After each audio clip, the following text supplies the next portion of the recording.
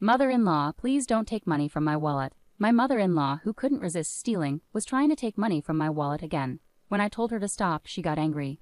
Who do you think you are? You're just a daughter-in-law. Then she kicked me out of the house. She didn't realize she was making a big mistake. My name is Alina, and I'm 27 years old. I met Mike through a friend's introduction, and today we happily got married. When I was young, I lost my dad, and my mom raised me by herself. I respect and love her very much. However, when I first met my future mother-in-law, she said, "You look unlucky. That's why you lost your husband early." My mom and I were shocked by her rude comment about my late father. Both my father-in-law and Mike scolded her, but she defended herself, saying she was just being honest. My mom was worried about my marriage, but since my father-in-law and Mike were supportive, she eventually agreed to it. During the wedding, I was worried about what my mother-in-law might do. Thankfully, everything went smoothly. Just when I was starting to relax, there was a knock on the door of the dressing room. "Alina, it's your mom and Robert. Can we come in?" "Yes, please come in." It was my mom and her boyfriend Robert. They both shared their heartfelt congratulations and sat down. "That was a wonderful ceremony. Congratulations, Alina. You looked absolutely stunning." Robert was so moved that he cried the whole time. Well, seeing Robert's tear-streaked face, both my mom and I burst into laughter. In that cheerful atmosphere, Mike knocked and entered. "Alina, great job today. Mom, Robert, thank you for being here." "Good job, Mike. Where are your parents?" "My mom got tired and wanted to leave early, so I let her go." "I'm sorry." "It's fine. More importantly, keep your promise to me, okay?" "Of course." The agreement between my mom and Mike was that if my mother-in-law did anything to me while we were living together, Mike would always support and defend me. Because of my mother-in-law's insistence, I had to live with her after getting married. Initially, the plan was for Mike and me to live together, just the two of us. But my mother-in-law threw a fit, saying we couldn't get married unless we lived with her. Seeing my distress, my mom made this promise with Mike. Even my father-in-law said, "If something's up, let me know." Mike also told me that if living with his mom became truly unbearable, we could consider living separately. "Alina, if my mother does something, tell me right away, okay? Even if it seems small." "All right, I understand. Thanks. And I'm still working, so I'm not home that much. I think it'll be okay." "You're being naive, Alina. Well, this is something you'll only understand once you experience it. Take care of my daughter, Mike." "Yes, ma'am." I soon learned that my mom was right. After returning from our honeymoon and living in Mike's family home, I immediately saw my mother-in-law's true colors. "This food looks terrible. Redo it." Without even tasting the meal I had just prepared, my mother-in-law dumped it straight into the trash. Seeing this, both my father-in-law and Mike immediately scolded her, but she retorted, "I can't let you two eat such terrible-looking food." "I threw it out for your sake and yet? Never mind." Then she stormed off to her room.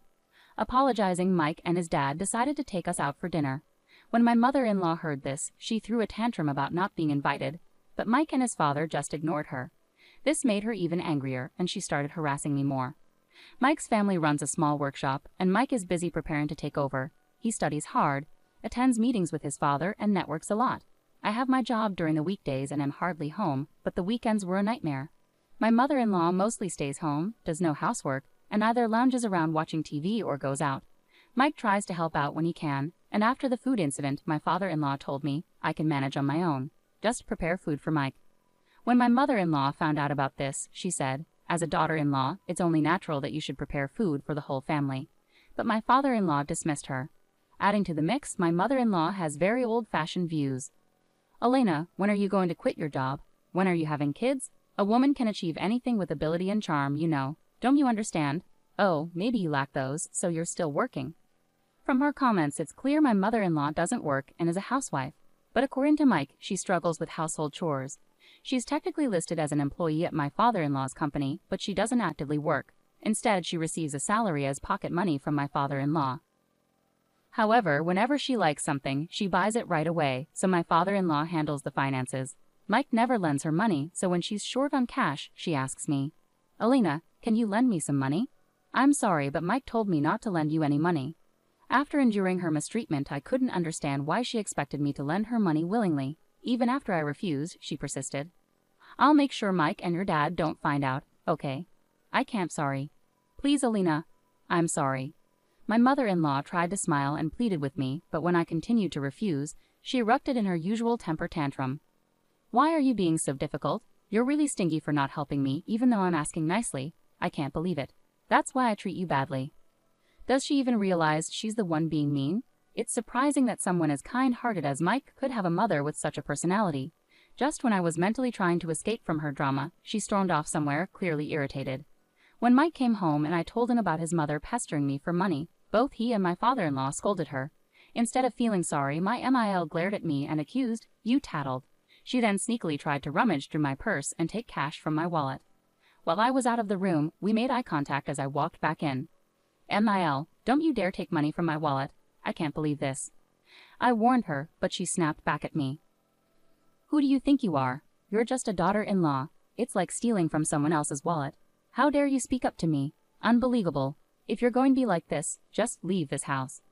I had reached my limit with my selfish NIL. Honestly, getting away from her unreasonable behavior would be a relief. I told her, "Fine," and started packing my things. She watched me with a smug grin, seemingly satisfied.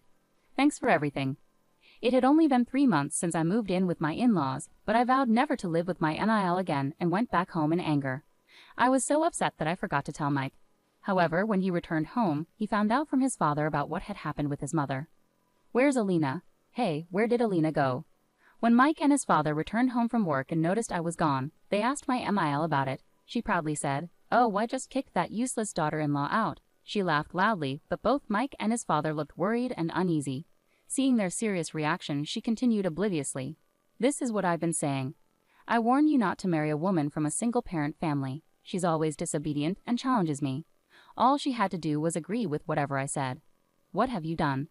My father-in-law shouted, more agitated than I had ever seen him. My NIL looked shocked, clearly not expecting such a reaction. Father-in-law collapsed to his knees, looking devastated, muttering, "It's over, my life is over." "What's wrong?" My MIL seemed bewildered, struggling to grasp what was happening. "You've done something unthinkable. Why did you kick her out?" Father-in-law's voice trembled with emotion. "Elena is the stepdaughter of the CEO of the company we do business with." "What?" It finally dawned on my MIL what she had done. Her face went pale for a moment, but she quickly composed herself, insisting she hadn't done anything wrong. "Mike, call Alina right now." I did. She's at Robert's place now. "This is serious. Let's go immediately." I got a call on my cell from Mike, telling me that his father-in-law was possibly putting his mother-in-law into the car and heading our way. From the background noise, I could hear my MIL shouting frantically and my father-in-law yelling, "Robert, you came to the wedding with my mother as her new husband." Even though he's technically my stepfather, it turns out Robert is actually the boss of my father-in-law's business client. My mother had always said she wouldn't remarry until after I got married, so she hadn't met our families until the wedding and wasn't seated in the family section at the ceremony. So my mother-in-law doesn't know about this. My father-in-law only recently found out that Robert was my mother's new husband. Robert married my mother after I got married, but I've known Robert for nearly 20 years. After my father passed away, my mother raised me on her own.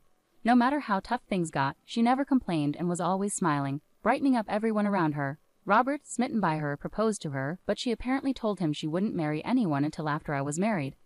I don't want to burden Elena anymore, getting a new dad, changing her last name, moving. I can't make her go through all of that just because of adult circumstances. I'm so sorry. I'll wait. Huh? I'll wait until Alina grows up, becomes independent, and someday gets married and is happy. Then it'll be my turn to make you happy. Robert, can I stay and watch over Elena with you until then? By then, won't we be pretty old? It doesn't matter. If we're talking age, I'll be even older. Robert laughed heartily, my mother with tears in her eyes, thanking him.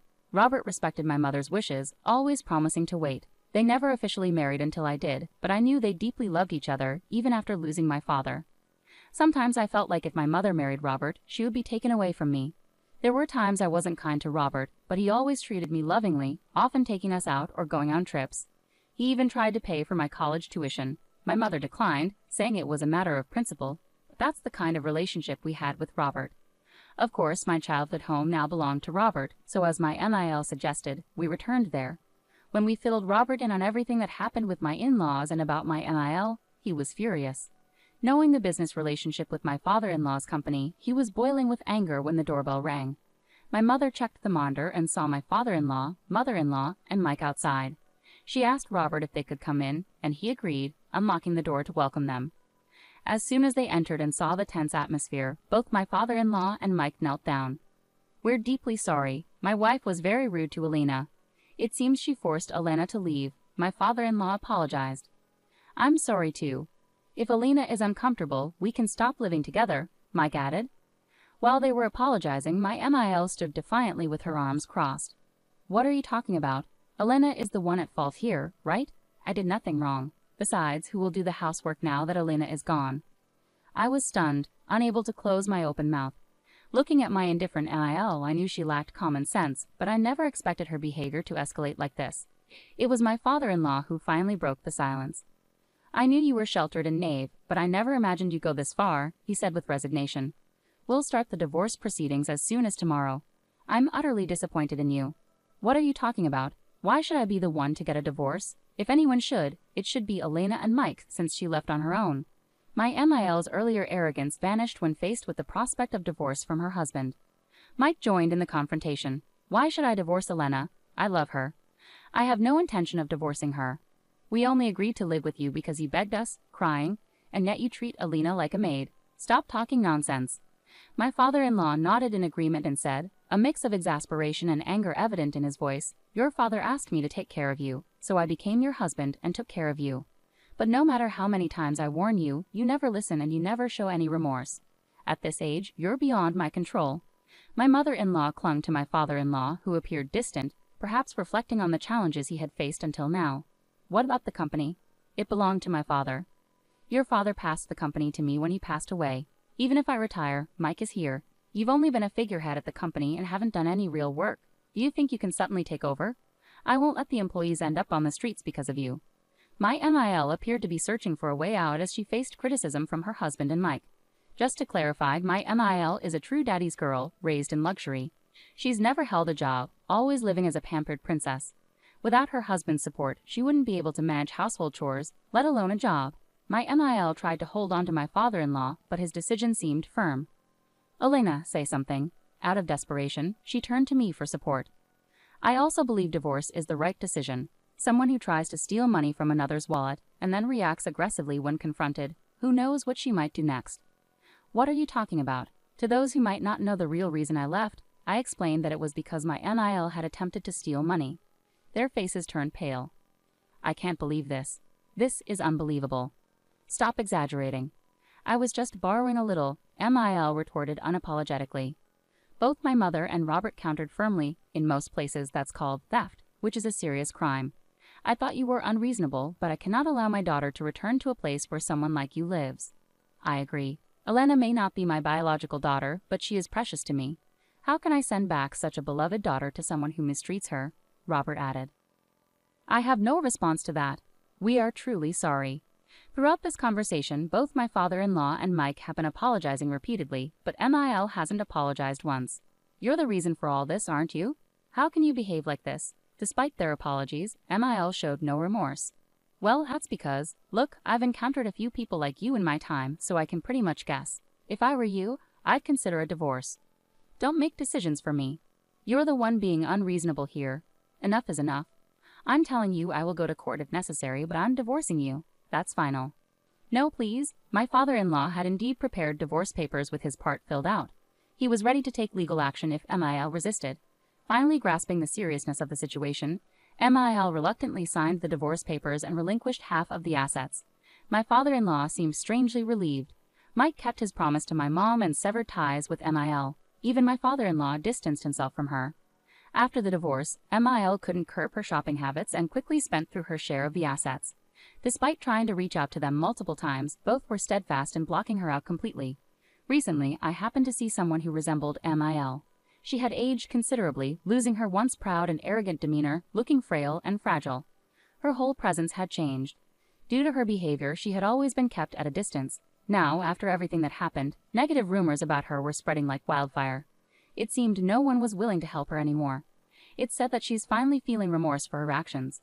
As they say, actions have consequences. A few days later, my father-in-law and Mike visited Robert with a box of chocolates to apologize. When I explained that MIL had disappeared, Robert and my mother cautioned them not to let it happen again. Afterward, I returned to Mike's family home. Since MIL left, my stress levels have dropped significantly. Not just me, but both my father-in-law and Mike also seemed to be much happier. Soon after, I found out I was pregnant, and the whole family was overjoyed. We are eagerly awaiting the arrival of our new family member.